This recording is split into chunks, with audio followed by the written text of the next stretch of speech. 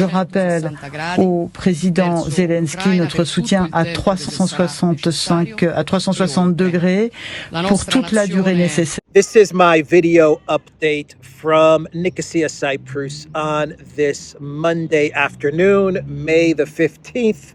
Let's talk about some news. And let's talk about the elections in Turkey.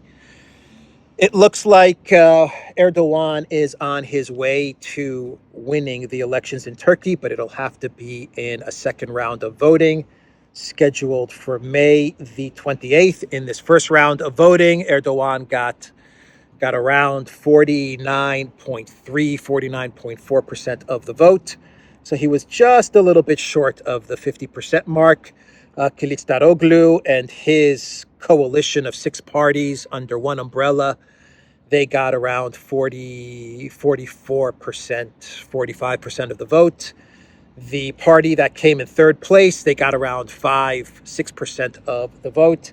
And from what I understand, the party in third place, they're not going to take part in the runoff. The runoff's going to be between the first and second place party on May 28th. But the party in third place, from what I understand, they are a conservative right party. So I would imagine that they're going to fall in line with Erdogan. Either way, I believe that come May 28th, Erdogan will easily get over the 50% threshold to be reelected as president of Turkey. And the neocons, the kleptocrats in Brussels, Joe Bidenopoulos, John Bolton, who is one of the driving forces to regime change Erdogan, they are plenty mad with these results in Turkey. The polling numbers were showing that Erdogan would lose and lose by a lot. And that was just not the case. And when Bidenopoulos was asked about the results in Turkey, he said, there are enough problems in this region. That is how Bidenopoulos responded to a question about the election results in Turkey. There are enough problems in this region, mostly caused by the Biden White House, but, you know, who's counting, who's judging? Anyway, that's how Biden responded to the election results, which is, for Biden, an admission of defeat, at least for this first stage of a regime change in Turkey. The neocons and the kleptocrats in Brussels, they're not going to give up on their goals to remove Erdogan. They've openly admitted that they want Erdogan out as leader of Turkey. And while this election effort to remove Erdogan has failed, they're not going to give up that easily. They've pulled these election stunts before when they put together color revolutions and regime change operations. They put out polling numbers which show a huge lead for the opposition. That's one of the techniques that they use to try and regime change someone. Then come May 28th, the second round of voting, you can put money on it that the collective West is going to say that how did Erdogan win when the polling numbers show one result and Erdogan wins the elections? They're going to say, well, something's off. The polling can't be that wrong. It can't be that off, and they're gonna claim that Erdogan must have messed around with the votes or something like that. Must have rigged the election because there's such a difference between what the polls said and the actual results of the election. So that's a technique that they use often, and they've pulled this big grand coalition technique in the past as well, by putting together 5 or 6 different parties in order to remove the incumbent that they don't like. They did it in the Czech Republic and it worked, where they put together 5, 6 different parties under one umbrella in order to get rid of the ruling party. In the Czech Republic, it worked. In Hungary, they tried to do it to remove Orban and it didn't work, where they created this 6-party coalition, and Orban, he still defeated the coalition that the EU put in place to try and remove him. So they have their tactics that they like to deploy during elections during election cycles to try and remove an incumbent that doesn't agree with their neoliberal, neocon ideology and foreign policy views. But they don't give up. They haven't given up with Orban, and they're not going to give up trying to regime change Erdogan either. But we are going to be heading for another Erdogan presidency. That's what I think is going to happen. Someone emailed me before the elections, and they said that they've been looking at the polling numbers very closely, and they told me in an email before the elections, like a couple of days before the elections, that the polling is off, that the polling is misguided and has a lot of errors and faults, and that Erdogan is going to pull through. And this person was 100% correct. So that is an update with the elections in Turkey. I will say this about Erdogan, watching the videos of Erdogan going to vote and just interacting with people, he does look very frail. I will say that. He looks very weak and very frail. So I don't know if he still is sick from that bug that he had a couple of weeks ago, or whatever happened to him a couple of weeks ago. I don't know if he's still feeling under the weather, or if it's something more serious. I don't know, but I have to be honest, looking at the video of Erdogan, he moves very slowly and he does look very weak. So that's Turkey. Joe Bidenopoulos, not happy. Bidenopoulos hates Erdogan. Erdogan doesn't like Bidenopoulos either, but they're going to have to deal with each other. At least that's how it looks. Come May 28th, we'll have the final results of the elections in Turkey. And shifting gears now to Ukraine.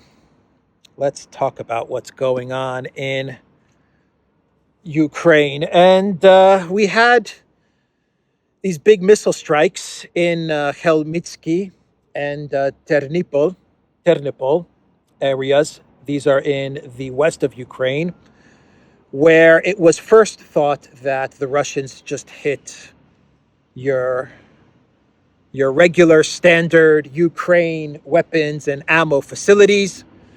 And the Russians destroyed hundreds of billions of dollars worth of U.S. and EU weapons. That was the first initial thoughts after the Russians hit these weapons facilities. And then we started to see videos of the explosions, specifically the explosion from Khmelnitsky.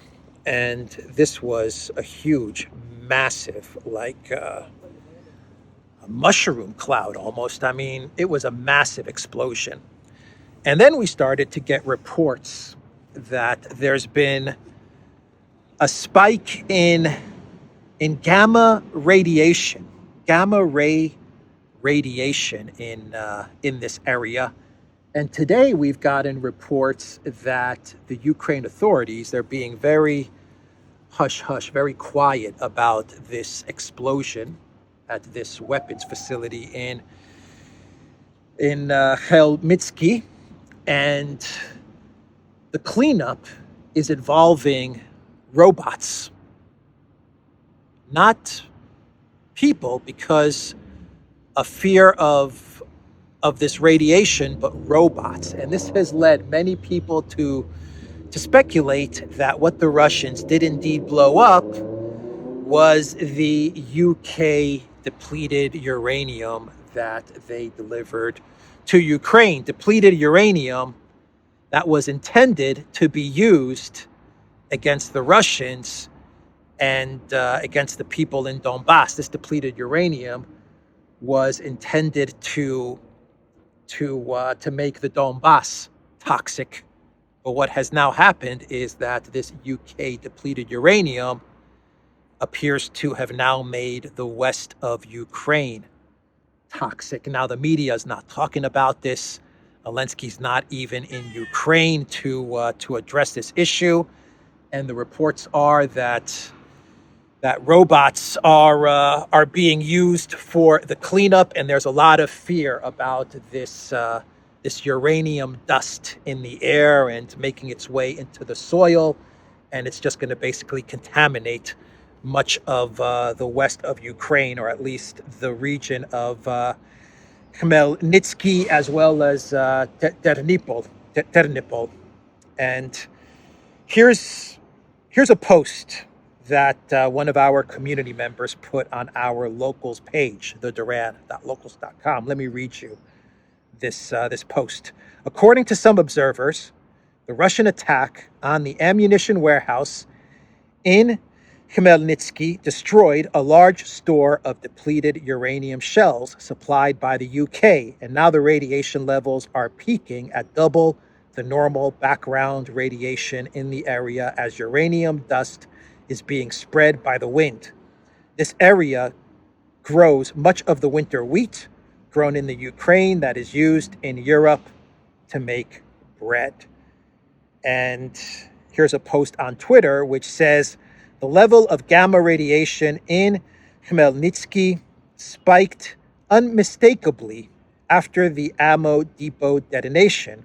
It is plausible that depleted uranium ammunition was stored here, and that the atrocious UK gift will now contaminate Western Ukraine for generations. A tragic backfire. And here you can see the chart of the gamma ray radiation spike. And from what I understand, the gamma ray radiation is actually increasing. We're like 3-4 days removed from this explosion, and the readouts for gamma ray radiation is actually going up. So the Russians, they hit something, and many people are saying that what they hit and what caused this massive explosion was the UK's depleted uranium. And the Russians, they warned the UK multiple times, do not send depleted uranium to the Elensky regime. The Elensky regime, they're not competent to deal with these types of weapons. They don't know how to deal with these types of weapons. They don't know how to store these weapons. They don't know how to handle these weapons. The Russian military said that whatever you deliver to Ukraine, whatever you deliver, you're delivering it to a war zone, and it can be targeted. And they pleaded with the UK, don't do it. But Rishi Sunak, he had to do it. He had to deliver this depleted uranium because he was hoping that he would make the Russians in Donbass suffer. And instead, what we now have is the people in Western Ukraine who apparently will be living with this toxic substance. A real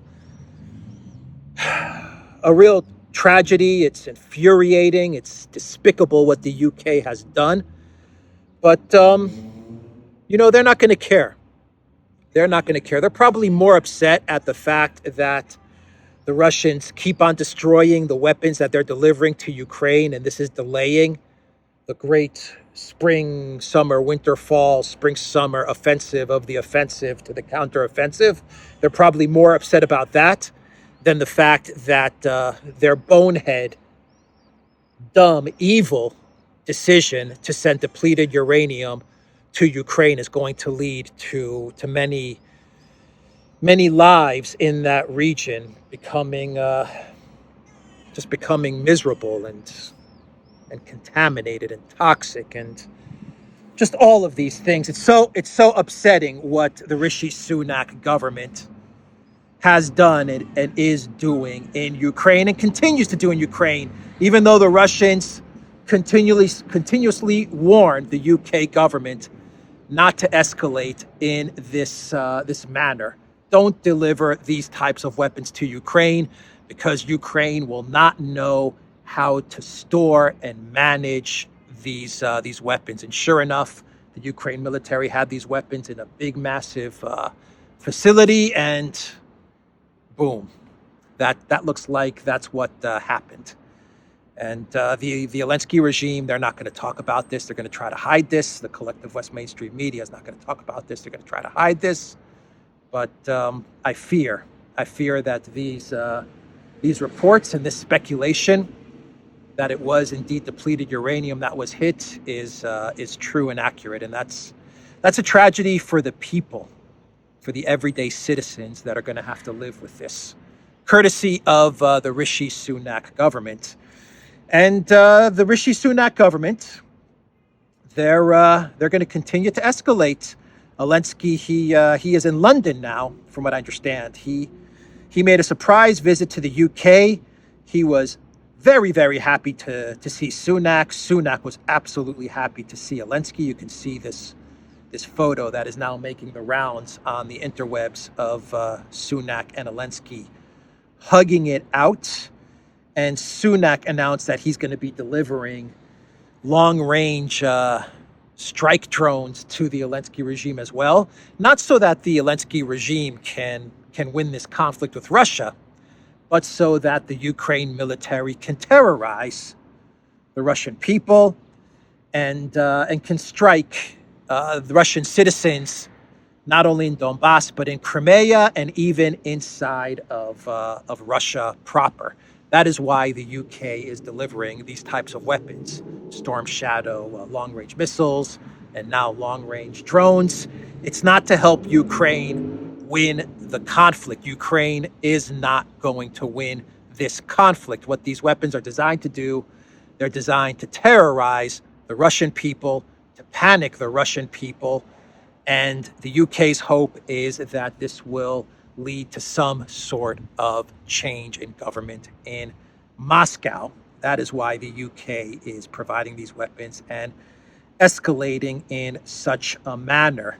So Elensky, he's meeting with Sunak in London. He was in France meeting with Macron, and Macron promised Elensky more money and weapons. He was in Italy meeting with the Pope and Prime Minister Meloni, and Meloni promised Sunak money and weapons. He was in Germany, and Olaf Scholz promised Elensky money and weapons. He also gave Elensky the Charlemagne Prize, which I will get to in my Clown World segment. He was in Amsterdam speaking at The Hague, and he was promised money and weapons, and he was also in Finland, and he was promised money and weapons. So basically, Elensky is avoiding Kiev. He's avoiding Ukraine. And I think there are many reasons why Elensky doesn't want to be in Kiev. One of those reasons may have to do with the attempted assassination of Putin, these drones that hit the Kremlin. Perhaps Elensky is afraid to hang out in Kiev because he fears some sort of Russian retaliation. Perhaps Elensky wants to be outside of Kiev because he fears some sort of coup or palace intrigue. Where is Zaluzhny, by the way? Where is Zaluzhny? He was missing for about 3-4 days. He didn't attend a NATO meeting, and then we got some ridiculous excuse that Zaluzhny was attending his best friend's wedding for 3-4 days, and that's why he was missing, nowhere to be seen. But where is Zaluzhny? There are rumors that perhaps there has been some sort of tension between Elensky and Zaluzhny, and maybe Elensky got rid of Zaluzhny, or Zaluzhny is somewhere in hiding or somewhere plotting some sort of coup. I don't know. But perhaps Elensky doesn't want to be in Kiev because he fears some sort of palace intrigue. But Elensky is definitely in Europe because he needs more money and more weapons. Why does he need more money and more weapons? Because the Russians continue to destroy all the weapons that the collective West has been delivering to Ukraine over the past 3 to 4 months. And we've been saying on the Duran for a couple of weeks now that Elensky, he can't start a counteroffensive for multiple reasons. He can't start a counteroffensive, but one of the reasons he can't go through with it is because he's out of weapons, because the Russians continuously take out these weapons facilities. I believe they destroyed one in what was in Pavlograd. I believe that was a big weapons depot that they destroyed. They got the one in Khmelnitsky, another one in Ternopil. They got weapons facilities in Kharkov, from what I understand, in Odessa, Dnipropetrovsk.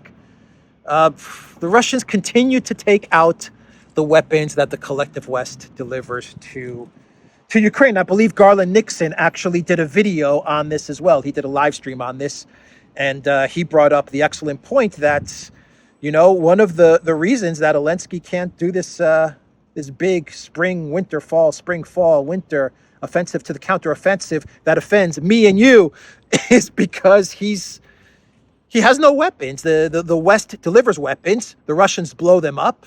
And now he has to run around Europe begging for more weapons. And while he's at it, he begs for money. While I'm asking for weapons, maybe you give me a couple billion euros so I can buy some homes. So he's also running around asking for money. Why not? Why not? You're asking for weapons. You might as well pocket a couple of billion as well while you're traveling around Europe. Now, why are the Europeans going along with it? Why is the EU going along with it? Why are they so happy to see Elensky? Why is Meloni so happy to see Elensky? I mean, Meloni was like, she was so sweet on Elensky. She was so happy to see Elensky. Why is Macron so happy to see Elensky? Olaf Scholz gave a speech, and he said, Slava Ukraina in his speech. And I'll talk about that in my clown world as well. But Scholz was so happy to see Elensky. Sunak is hugging Elensky like he was his long lost brother or something. I don't know. I mean, he was so relieved to be hugging Elensky. Well, the Europeans, they're scared to death that the United States is going to drop Elensky. And they understand that when the U.S. drops Elensky, the project Ukraine that they've invested their entire political career on is going to collapse. And not only will Project Ukraine collapse, they will collapse. And if the U.S. decides to pull out of Project Ukraine and focus on Asia and China and Project Taiwan, that means that the Europeans are going to have to face a very angry Russia on their own. And the EU leadership and the kleptocrats in Brussels are in absolute panic. So what do? They welcome Elensky with open arms, and they promise that they're going to support Elensky for however long it takes. He's our guy. He's the one we're going with. He's the one we're betting everything on. Here's some money. Here's some weapons. Washington, D.C., the forces in D.C. that are calling for the U.S. to pull the plug on Project Ukraine, don't do it, because we're committed to Project Ukraine. You see, we support Elensky. We're committed to him. So please don't pull the plug on Elensky. You pull the plug on Elensky, you're going to be pulling the plug on us and our power. That's why they're panicked. That article from the Washington Post that they put out the other day, which said that Elensky wants to bomb Hungarian pipelines and wants to invade Russia, and to not only invade Russia, he wants to hold Russian territory and use it as a bargaining chip over Putin. The Washington Post actually read an article like that. That article from the Washington Post shows that there are forces in the United States that are signaling to Biden, Elensky's a loser. He's incompetent. He lost this war. It's time to pull out. The guy's a maniac. It's time to pull out. Project Ukraine is over and done with. We have lost. We need to focus on Project Taiwan and China. That Washington Post article is speaking for the permanent state, the deep state, that wants to focus on China and wants out of Ukraine. And that's why they put out an article like that. The Europeans recognize that. And they're trying to signal back to the Biden White House that they're not done with Project Ukraine and that they fully support Elensky. So that's what's going on here. That's why you have all these leaders gushing over Elensky. It's like the movie Goodfellas. It's like the movie Goodfellas.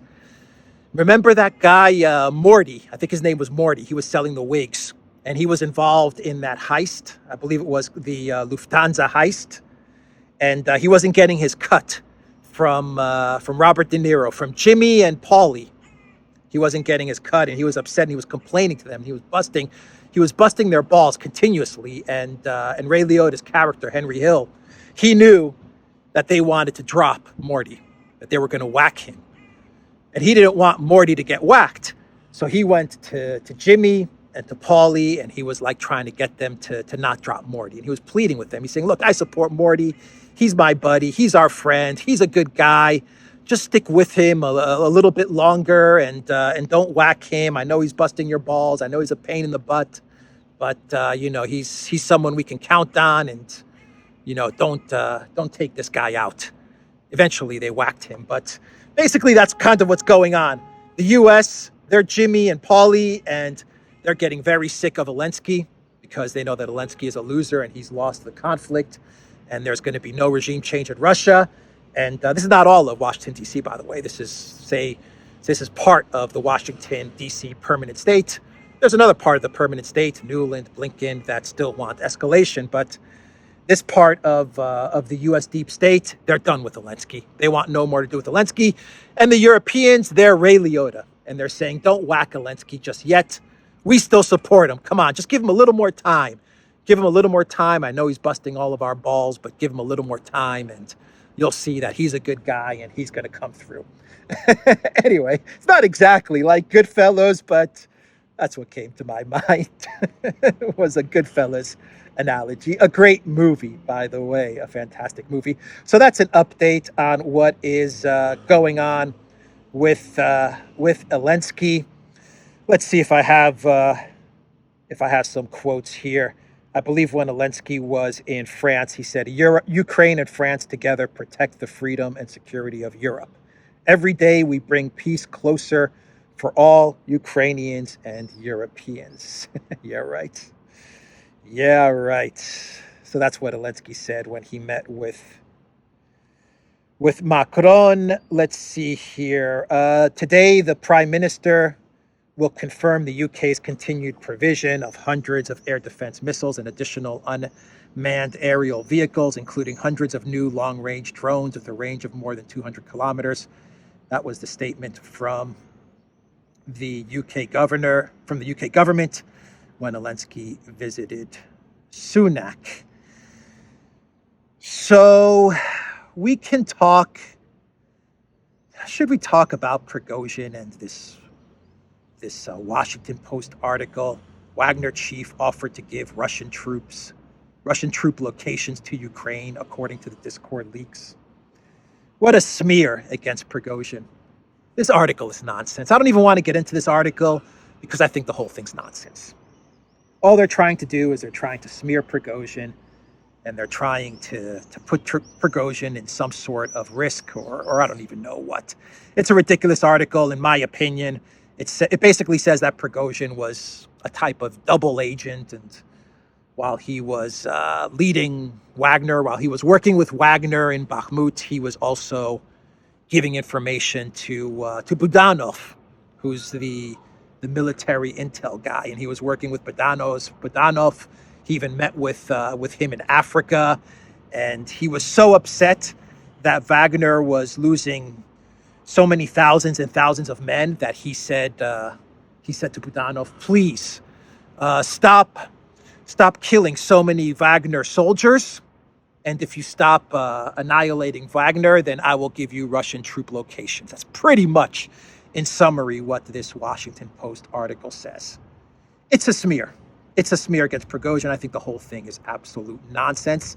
But, and there is a but I think this article and this propaganda once again proves my analysis, Alexander's analysis, and the Duran's analysis when it comes to Prigozhin, which is that Prigozhin needs to step back from all of this and go back to St. Petersburg or Moscow and and just let the Russian military and Wagner complete what very, very little of Bakhmut is left. Because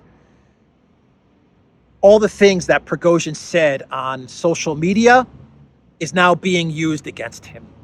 That's my sense of things. All the comments that he made are now being used by Ukraine intel, by Collective West intel, by Collective West mainstream media, and it's being used against Prigozhin to smear him and to subvert him and to try to put him in some sort of danger.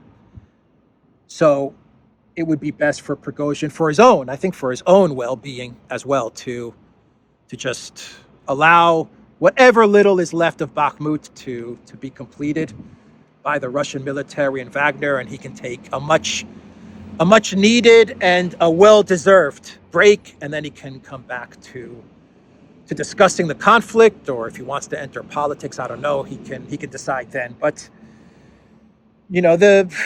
his comments are now being used to harm him, and that's why I think it's best for this story arc, the Prigozhin-Bakhmut story arc, to just come to a conclusion. So there are rumors, and these are just rumors, that George Soros has died of a heart attack. It's all over Twitter and Telegram, but I don't know how true these rumors are. I don't even know why I'm reporting this. I just saw this in my feed. It says that Matt Wallace, rumors are circulating that Soros died of a heart attack. I don't even know. Who knows? Who knows what's going on there? In Serbia, we're going to have snap elections, according to Bloomberg. Serbian snap vote possible by September, President Vučić says. Vučić responds to opposition rallies after 2 mass shootings. President pledges more details on possible elections on May 26. Now, I've seen videos and photos of the protests in Serbia. I've had many friends in Serbia send me photos from the protests that were taking place after the 2 mass shootings, which I reported on a couple of weeks ago. Really tragic, heartbreaking mass shootings that took place in Serbia, back to back, by the way, shootings that took place. And people in Serbia are very upset, and they're upset about these mass shootings, but they're also upset at the fact that, from what I understand, that Vučić has taken a very soft line towards the EU and NATO. He's been trying to play, both sides of let's just say East-West. He's been very friendly with Russia, but he's also been very friendly with the EU and NATO. And the protests were actually against Vučić's soft stance towards the EU and NATO. They would actually like Vučić to take a much harder line, a more conservative, harder line when it comes to the Collective West. And these were very, very large protests. And from what I understand, the protests have led to possible snap elections and maybe even Vučić stepping down as his party's leader. I don't know if that means he steps down as president. I don't think that means he's stepping down as president. But I have read reports, viewers in Serbia, correct me if I'm wrong, I have read reports claiming that Vučić is stepping down as his party leader. So let's give it another day or two and see what happens with the news out of Serbia. But the citizens of Serbia are very upset with this type of middle ground that Vučić has been taking with regards to Russia on one side, the EU and NATO on the other side. So that is the news out of Serbia. And should I get to some clown worlds? Ya думаю, da. Let's talk about some clown worlds. And let's start things off with, and these clown worlds are going to be all Elensky EU related. And let's start off with Meloni and Elensky, where the Italian Prime Minister, she followed in Annalena Baerbock's footsteps, and she told President Elensky of Italy's 360-degree support for Ukraine. It's not as bad as Baerbock's 360 statement. I understand what Meloni's trying to say, but it's still a 360-degree screw up from Meloni, but it's not as drastic as Baerbock's 360 comment. Meloni's just trying to say that she supports Ukraine, in the full. She supports Ukraine no matter what. She's going to be supporting Ukraine.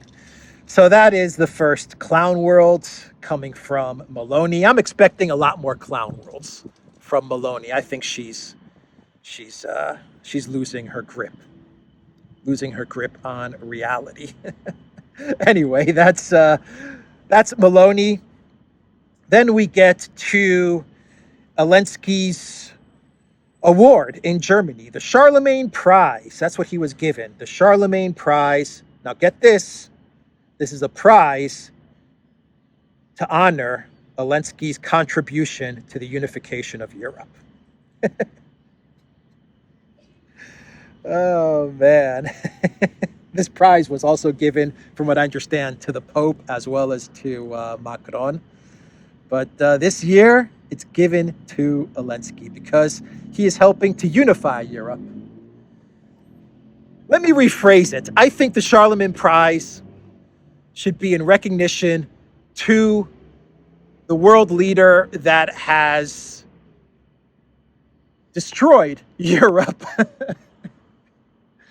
If that is the case, then Elensky absolutely deserves the Charlemagne Prize, because he has absolutely done an incredible job at destroying Europe.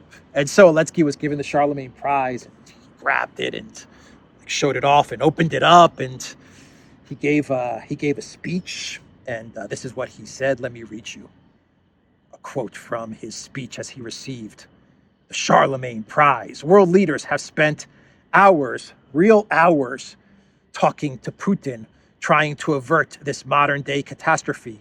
But Putin chose disasters. He is alone. And now everyone understands what we understand. Putin is a disaster. This is the answer. Putin is the aggression, and he does not want another for himself and his people. His formula was death. How to talk to her. Explain to me how to talk to her. Throughout its long history, mankind has not yet known anyone who can come to an agreement with death. The one who brought death, the one who took the path of genocide, the one who wants to destroy us, the one who wants to destroy Europe, which we appreciate. He must ask for mercy, and then there will be our answer, a tribunal.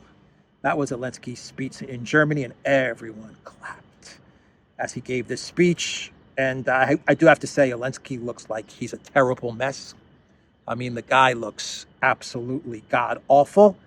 But that was his speech as he accepted the Charlemagne Prize. And that speech is just all projection.